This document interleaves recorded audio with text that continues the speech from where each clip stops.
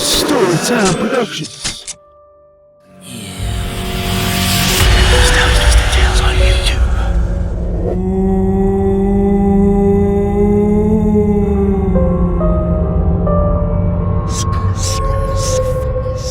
Hello, my friends.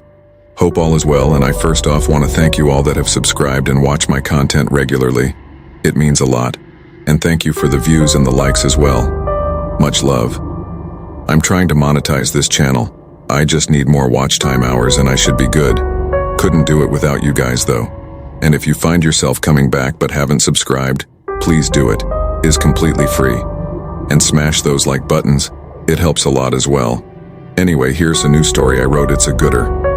And watch to the end, because I have a schedule that I want to tell you guys about when I'm posting stories, so it's not so all over the place. Anyway, see you at the end. Enjoy. Carrie and Sherry had been working as gravediggers at the local cemetery for a few months. The night shift was their preference. The quiet darkness allowed them to focus without the distraction of daytime visitors. Carrie, a tall, athletic brunette with a determined demeanor, found solace in the rhythm of digging, while Sherry, a petite redhead with a penchant for humor, kept the atmosphere light with her jokes and infectious laughter.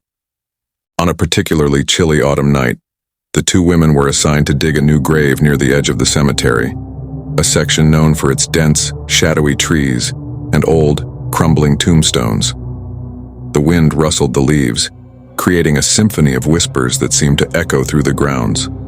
As they worked, Carrie felt an uneasy sensation, as if they were being watched. "Do you hear that?" Carrie asked, pausing mid-shovel. "Hear what?" Sherry replied, not looking up from her work.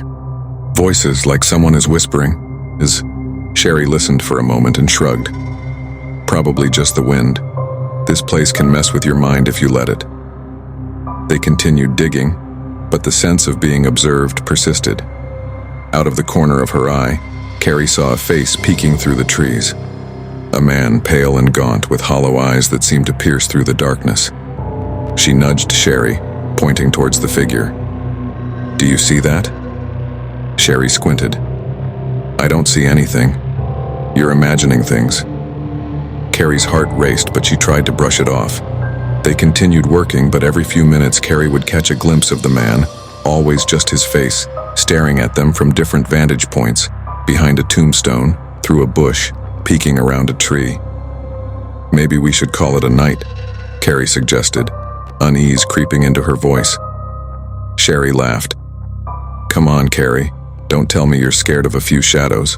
I'll be right back, though. Nature calls." Carrie watched as Sherry walked off towards the portable toilet near the cemetery entrance. Alone now, the night seemed to grow colder and the shadows deeper. She continued digging, trying to shake off the feeling of dread. Suddenly, the man emerged from the bushes, his eyes fixed on Carrie. Before she could react, he lunged at her, knocking her to the ground. His hands were around her throat, squeezing with a strength that belied his skeletal appearance.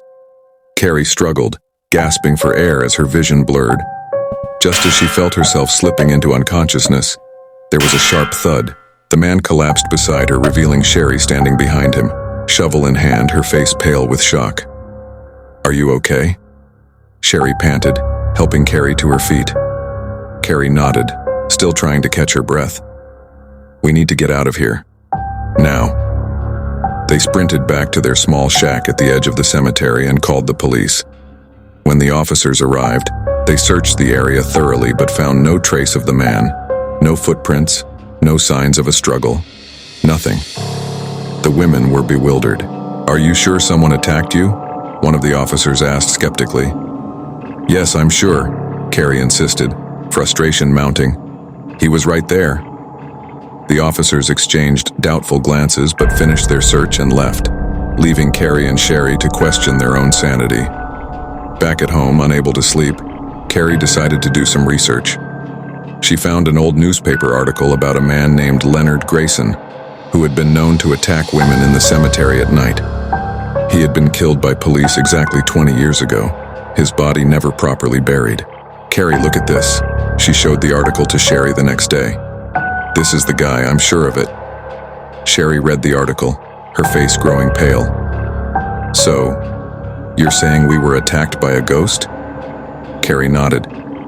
It makes sense. The whispers, the way he just disappeared, it all fits.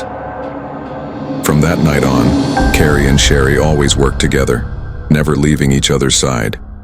They spoke of their encounter in hushed tones, knowing that many wouldn't believe them. But they knew the truth. Some spirits never find peace, and Leonard Grayson was one of them, forever haunting the cemetery he once terrorized in life. That would be very odd to have something so physical happen, yet there was no physical involved. But apparently it happens more than a person would think. Hope you enjoyed. So my schedule is going to be Monday and Friday, and I will be starting tomorrow, so today's story is a bonus, and that's not to say that I'm going to always just have it.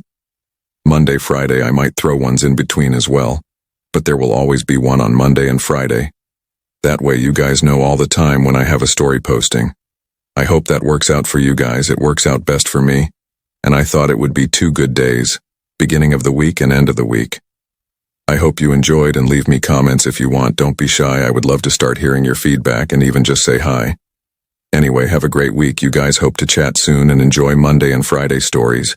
And as usual, my friends, I will see you on the dark side. Sweet nightmares.